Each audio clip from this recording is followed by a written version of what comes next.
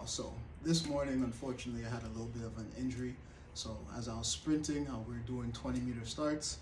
At the end of my first rep of 20 meters, I felt a little twinge in the back of my hamstring. So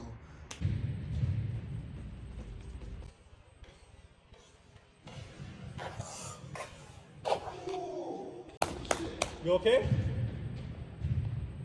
that means I have a probably grade 1 or grade 2 strain. And all that is, it's just an overstretching of the muscle. It couldn't handle the load I was giving it today.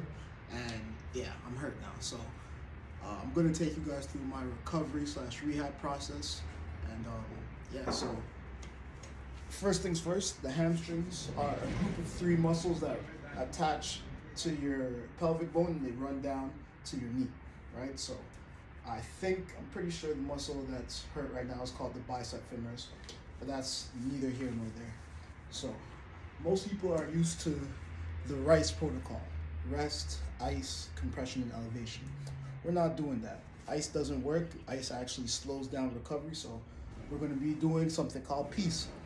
The P stands for protection, right? You want to protect the muscle at all costs. You don't want to do anything that's going to re-aggravate it or hurt it even further, right? Then E stands for elevation. We'll get to that when I'm resting. The A stands for avoid, anti-inflammatory. So I'm not going to be taking any medication or anything like that to help soothe the pain. I'm going to let the body do its natural thing. Now, we get to the C. This is important, compression. That's the first thing I do. So here I have something called a thigh sleeve. So I'm going to throw my first thigh sleeve on. It's going to cover the portion of the hamstring that I injured. All right, you want to do this as soon as possible after you get your injury.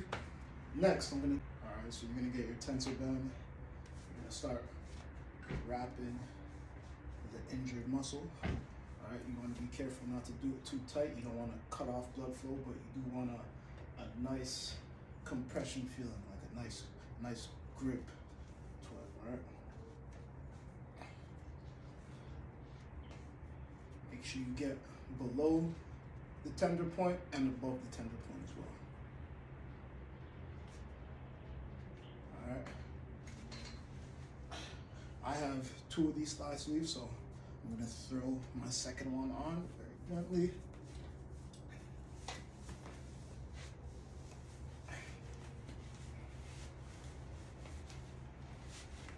Voila. All right, so my hamstring is protected, it's being compressed, and my range of motion is a little bit limited, but it's okay. I can walk with a little bit of a limp, so that's what I'm going to do. Once we're done the compression portion and the injury's all wrapped up, it's protected, it's compressed, you want to move on to the last E, which stands for education.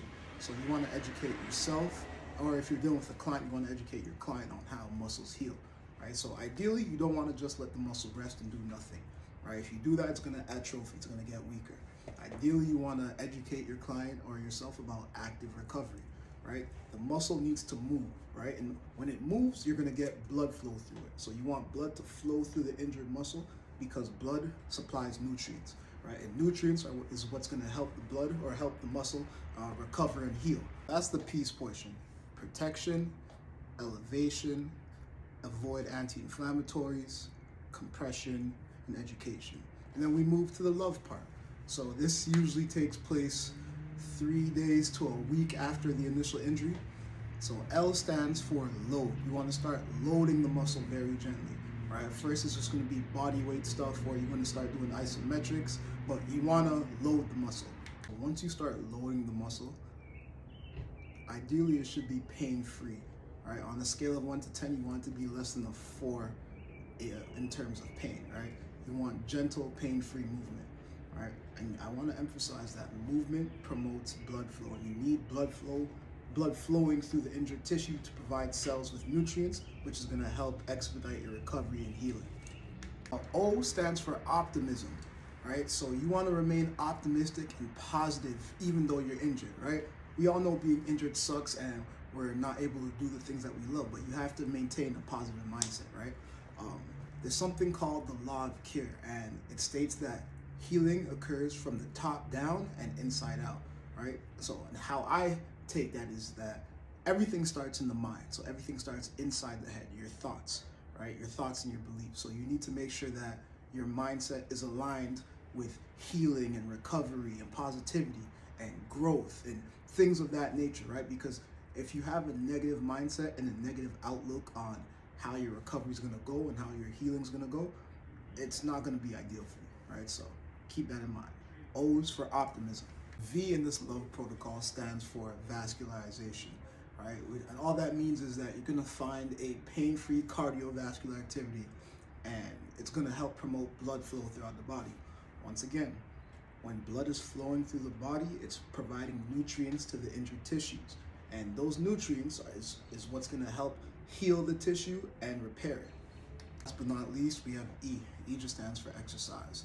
So once you've gone through the initial stages of your injury and you're starting to feel a little bit better, you want to start exercising the muscle again. You want to start strengthening it.